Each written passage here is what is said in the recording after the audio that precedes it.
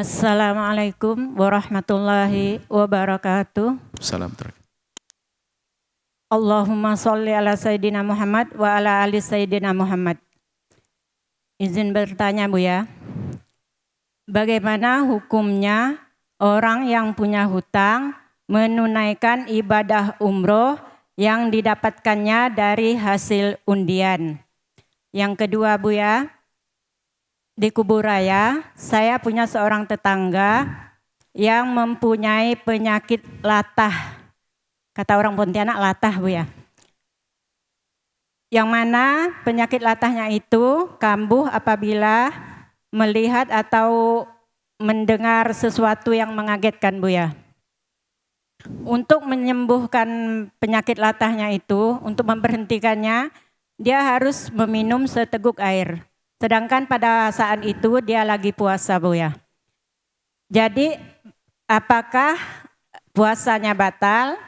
Dan yang kedua, orang yang menolongnya dengan memberikan air akan berdosa Bu ya.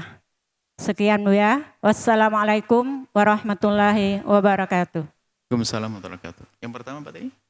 Punya hutang terus umroh dari undian. Ya. Mohon maaf, undiannya maksudnya mungkin undian di perusahaan bahasanya ABCD. Ini adalah karyawan bagus 5. Cuman bosnya ingin menghajikan, umrohkan, cuman tiketnya hanya 1 diundi. Kalau ini benar, kalau undian judi nggak boleh. Saya undian apa ini belum tahu kita undiannya. Apa itu?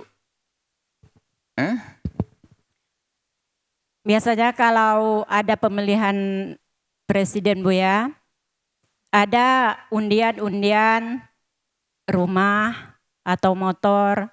Salah satunya umroh Bu ya. Caranya gimana misalnya?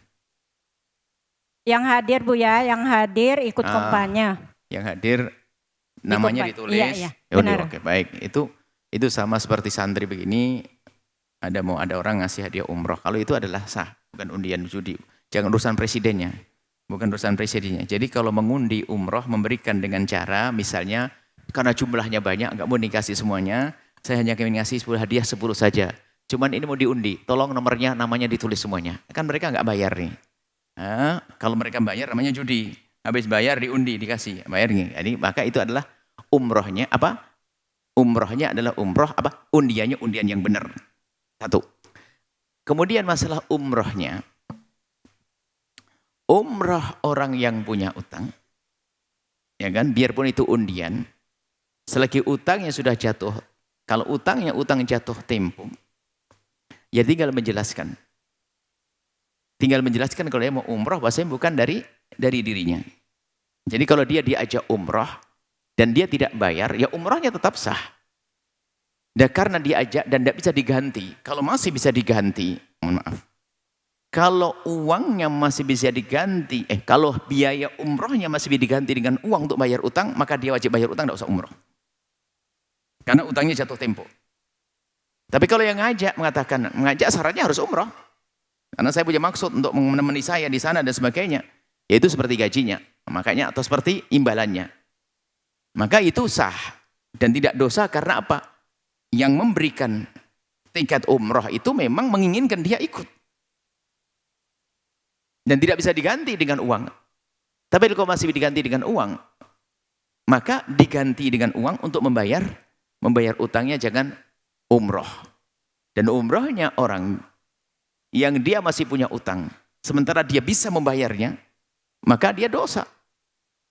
Kan dia bisa membayar karena tiketnya bisa diganti kok. Kecuali tiketnya tidak bisa diganti tadi. Tiketnya nggak bisa diganti. Ini nasihat lain bagi orang yang ingin mengumrohkan orang, jangan sok ya. Mentang-mentang umrohkan lalu ngatur seenaknya sendiri. Bukan begitu caranya. Kalau Anda ingin amal yang paling baik, Anda tanyakan apa yang paling butuhkan orang itu. Bisa jadi kita mengumrohkan orang, dia ngenes sepanjang perjalanan. Kenapa? Kontraknya belum dibayar, istrinya punya utang, anaknya belum bayar sekolah. Mau enak-enak umroh dia. Kita mengumrohkan dia, di sepanjang perjalanan dia ngenes sakit ya.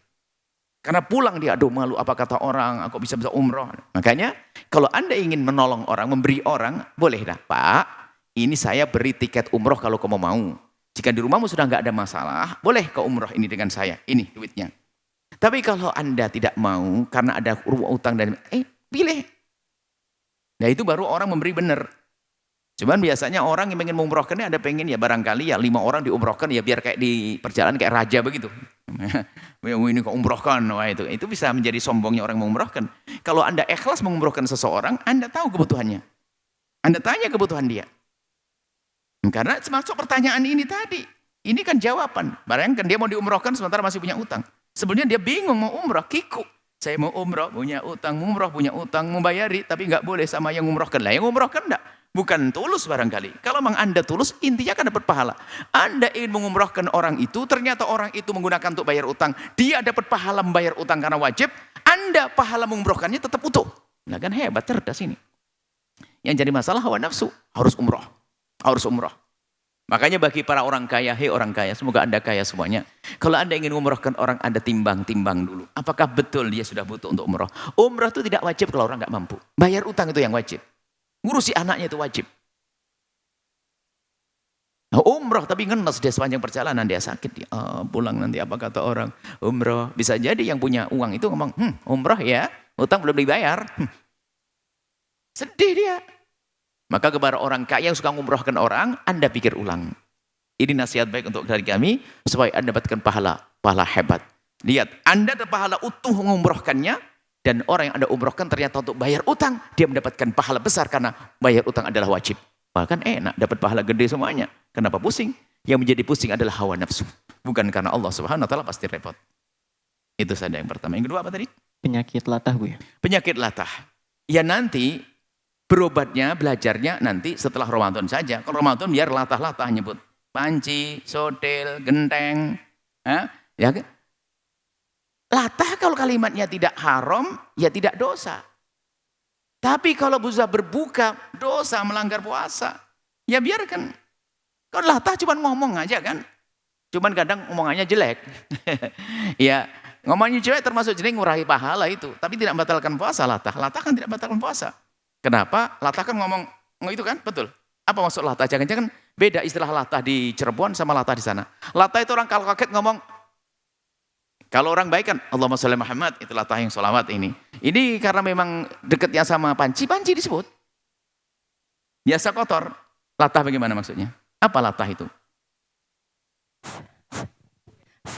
Latahnya itu Bu ya. Terkadang kalau dia nggak sadar Bu ya, benar-benar sampai menitiskan air mata gitu kan, saking bukannya latah, menyebutkan hal-hal yang kotor. Kadang kalau kita nenangin, apa yang kita ngomong sabar, itu juga yang diungkapkan Bu ya. Sampai apa? Sampai jatuh, pingsan, mati atau bagaimana? Enggak, berkepanjangan Bu ya, berkepanjangan. Saya belum. Jadi dia bisa sembuh apabila minum seteguk air Bu ya. Maksudnya gini, kaget diem gini? Enggak, Gitu. mengucapkan Bu ya. Mengucapkan apa misalnya? Segala perkataan kalau kita bilang. Anggap saja yang baik. Iya yang baik-baik. Sendok gitu. Kalau kita bilang nyebut ini ya dia ikut Bu ya. Oke. Kalau kita nenangin. Kalau kita nenangin dia. Enggak berhenti? Enggak pergi, cuman kalau berhenti, biasanya kebiasaan dia harus minum seteguk air, baru berhenti. Jadi kalau kita pengen nolong, tapi dia puasa. Enggak, itu kan cuma kalau latah, berarti dirubah saja. Setelah dia kaget, setelah Anda nyebut sendok, dia bilang sendok, langsung hilang. Yang baik, dikir gitu, berubah enggak kira-kira? Dikagetin dengan yang baik? Enggak bisa berhenti kalau enggak minum seteguk air, Bu ya. Ngomong terus? Iya. Ngomongnya berkepanjangan, benar Bu ya? Ini. Memang parah Bu ya? Iya, sampaiannya. Ya mungkin dikagetin yang lainnya, kagetin fulus, 5.000, 1 juta, sembuh enggak? Enggak, wallah alam kita tidak kebayang tentang latahnya seperti itu. Yang jelas, kalau latah biarkan saja, nanti sembuh sendiri. Kalau diminumi, membatalkan puasa. Apa bentuknya membatalkan puasa? Jika latahnya seperti itu, kemudian tidak membahayakan dia, biarkan dia. Yang penting puasanya sah. Baru nanti pengobatannya setelah Ramadan nanti. Tapi kalau itu membahayakan dia sampai membahayakan untuk kematian dan sebagainya ya diminumin dong. Tapi puasanya tetap batal nanti dikodok. Nah, kita tidak tahu latahnya. Setahu kita latah ya ada orang disebut barang nyebut ini latah seperti itu. Dan kemudian latah itu bisa ya tentu diobati dengan membiasakan. Karena jadi, orang latah. Kita yang nolongin dia Bu ya, apa kita tidak berdosa? Dong, apa yang dia nolongin dosa dong, dia tetap harus puasa dia. Biarkan saja, kan tidak sampai bahaya kan? Kita memberikan air Bu ya. Enggak, dia itu Ibu. Kalau dia latah terus bahaya enggak, mati enggak ya? Enggak, sudah. Ibu jangan kasih minum dong. Ibu membatalkan puasa, ibu dosa. Oh, dia biar puasa. Ibu kalau bisa punya cara, latahnya dirubah. Dari ngomongnya kotor ganti aja yang nggak haram tapi bukan zikir juga. Panci. Itu kan berubah nanti. Ya kan lumayan nyebut panci aja kan daripada yang nyebut jelek itu. Sudahlah. Kecuali dialahkan zikir Allah langsung sambil bisa menangis nanti. Cuman zikir jangan jadi latah, zikir dengan penuh kesadaran, harus khusyuk kalau zikir latah. Cuman ngomong itu biasakan yang baik. Ya? Nah, ini tidak boleh Anda ngasih minum batal dong, Anda nolong dosa. Kecuali membahayakan, wah bahaya orang ini kasih minum. Nah seperti itu. Semoga Allah menjaga puasa kita. Karena membatalkan puasa dosa, hanya latah saja tidak dosa. Biarkan dia latah, kemudian sampai berhenti sendiri. Kemudian setelah itu puasanya sah, dapat pahala. Insya Allah sembuh setelah itu. Allah Sahabat Al-Bahjah TV, setelah menyaksikan video ini, jangan lupa bersolawat kepada baginda Nabi Muhammad. Shollu ala Nabi Muhammad. Allahumma sholli alaihi wa ala alihi wa sahbihi.